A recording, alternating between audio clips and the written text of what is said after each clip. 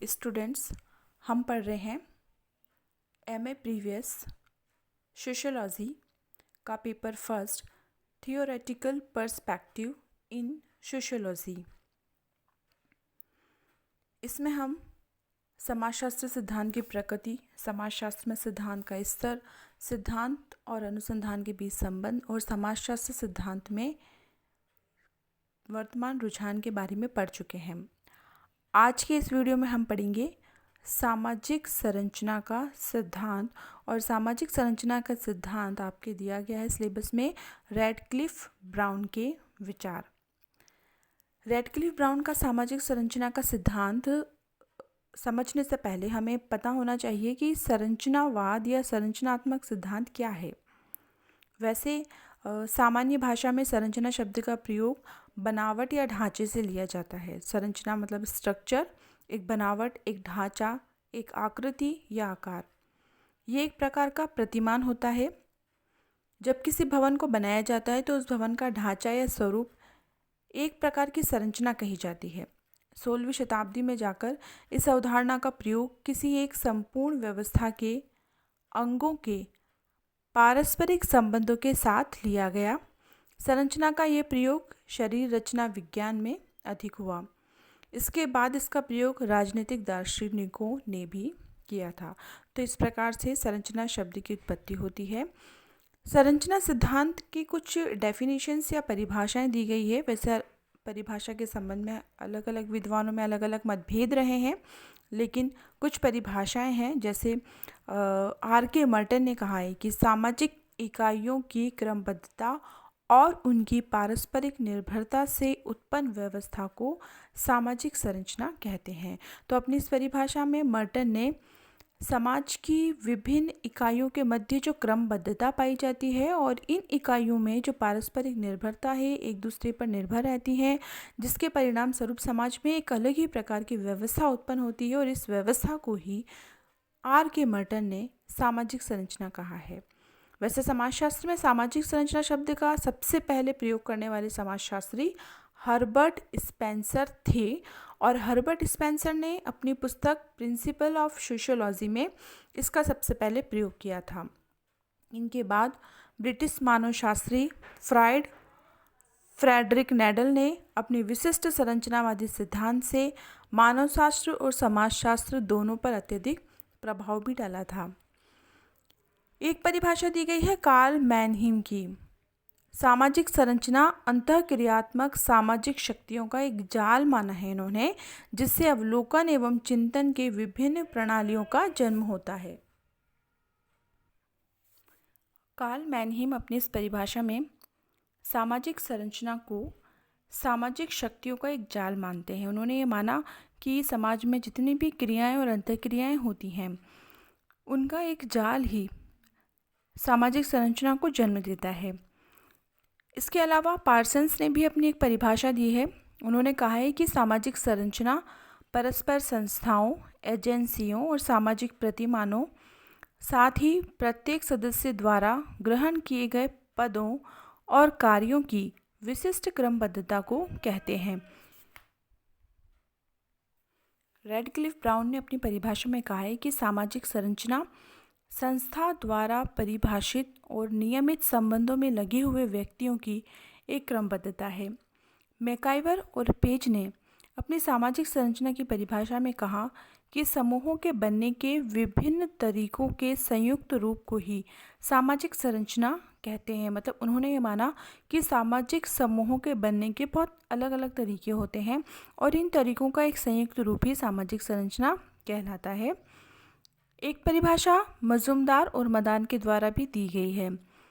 पुनरावर्तीय सामाजिक संबंधों के तुलनात्मक स्थायी पक्षों से सामाजिक संरचना का निर्माण होता है। तो मजुमदार और मदान अपनी इस परिभाषा में सामाजिक संबंधों को महत्व देते हैं, और उन्होंने सामाजिक संबंधों की व्यवस्था को सामाजिक संरचना का निर्माण करने वाला प्रमुख तत्व माना है।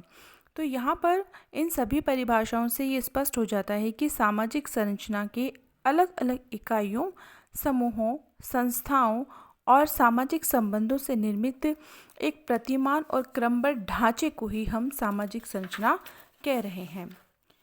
सामाजिक संरचनाओं की मीनिंग एंड डेफिनेशन के बाद यहाँ पे सबसे इम्पॉर्टेंट टॉपिक है सामाजिक संरचना की विशेषताएं कौन कौन सी है। वैसे हमने सामाजिक संरचना की परिभाषा पढ़ी है तो वहाँ पे इसकी बहुत सारी विशेषताएं निकल कर आती हैं। इसके अतिरिक्त भी इसकी कुछ विशेषताएं हैं, जैसे सामाजिक संरचना बाहरी स्वरूप का बोध कराती है। जैसे कि मैंने आपको शुरू में ही बताया था कि सामाजिक संरचना मीन्स एक आकार, एक ढांचा।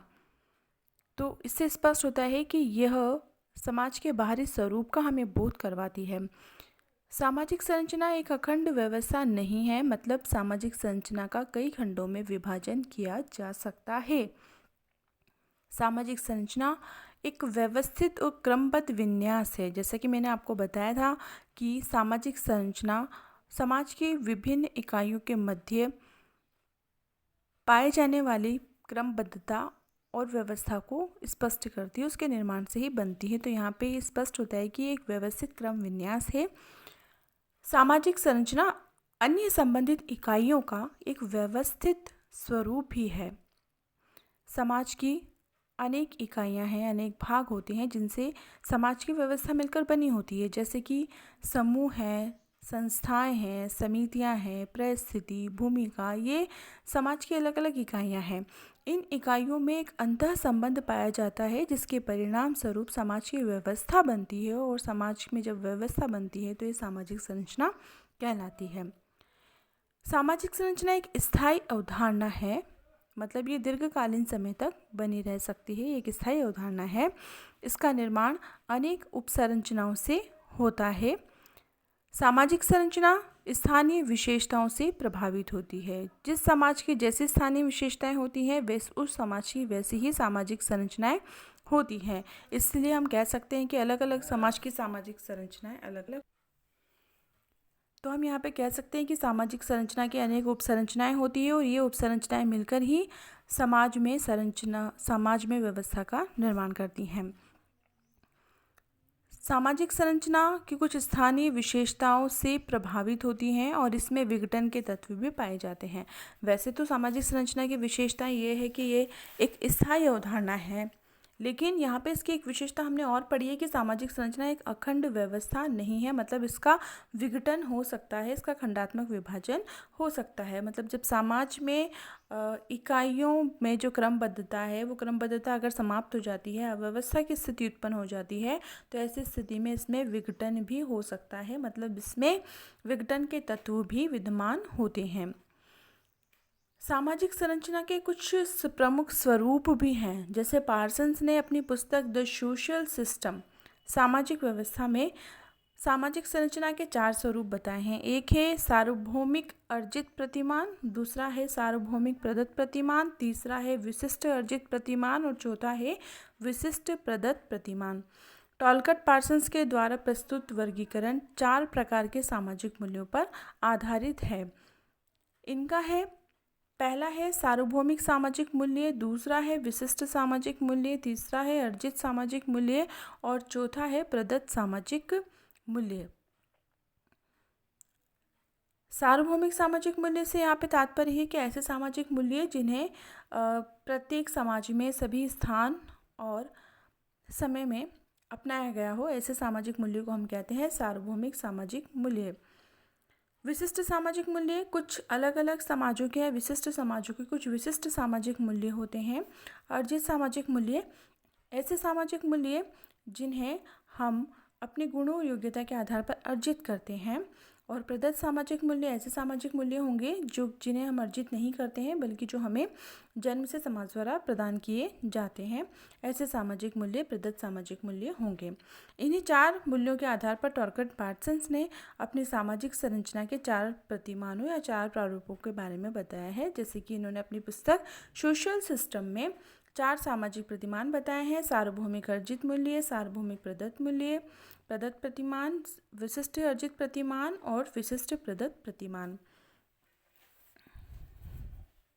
यहाँ पे हमारे सिलेबस में हमें सामाजिक संरचना के रैडक्लिफ के सिद्धांत के बारे में पढ़ना है।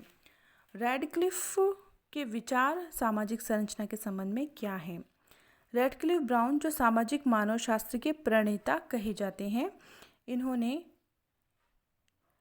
इस अवधारणा को केवल स्पष्ट ही नहीं किया है बल्कि इन्होंने अंडमान निकोबार द्वीप समूह के निवासियों के सामाजिक जीवन पर अध्ययन किया और इन्होंने उनके प्रयोग के आधार पर यह स्पष्ट किया कि किस प्रकार से सामाजिक संरचना होती है। रैडक्लिफ ब्राउन ने संरचना शब्द से विश्लेषण प्रारंभ किया और उन्होंने लिखा कि जब भी हम संरचना शब्द का प्रयोग करते हैं तो इससे हमारा अभिप्राय भागों अथवा संगठकों के बीच किसी प्रकार के व्यवस्थित क्रम से है। अर्थात संबंधों के इस जटिल रूप को ही ब्राउन ने सामाजिक संरचना की संज्ञा दी है।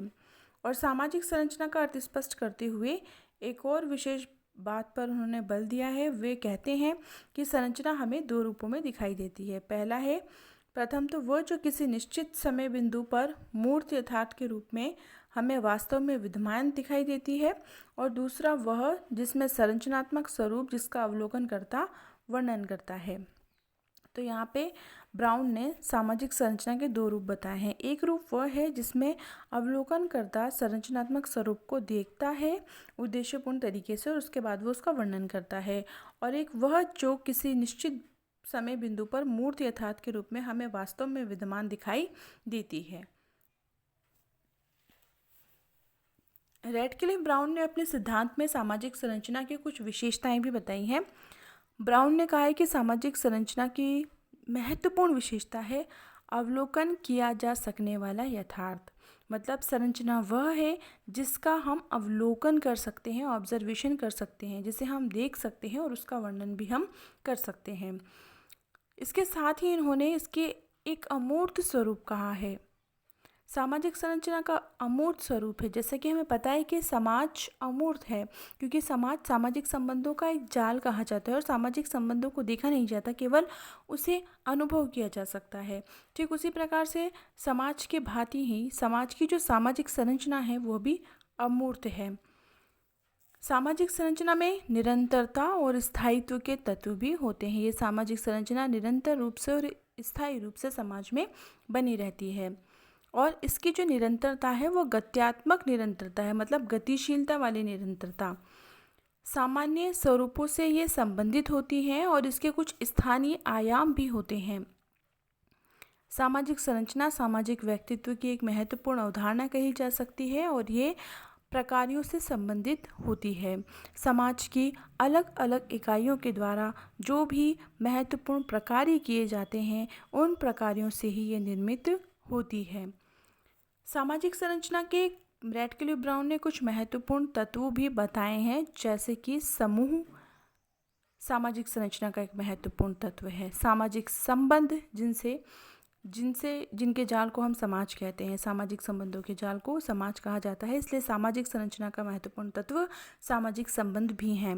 सामाजिक भूमिकाओं के अनुसार व्यक्तियों और वर्गों का विभेदीकरण, संस्थाएं, हित और मूल्य, संस्कार, जादू एवं भूत विद्या, ये सामाजिक संरचना के महत्वपूर्ण तत्व रैडक्लिफ ब्राउन के द्वारा बताए गए हैं। सामाजिक संरचना के अध्ययन के कुछ विभाग भी बताए हैं रैडक्लिफ ब्राउन ने। उन्होंने कहा है कि सामाजिक संरचना के अध्ययन के लिए 3 विभाग हैं। एक है सामाजिक रचना शास्त्र, दूसरा है सामाजिक शरीर शास्त्र और तीसरा है प्रक्रियाओं का अन्वेषण।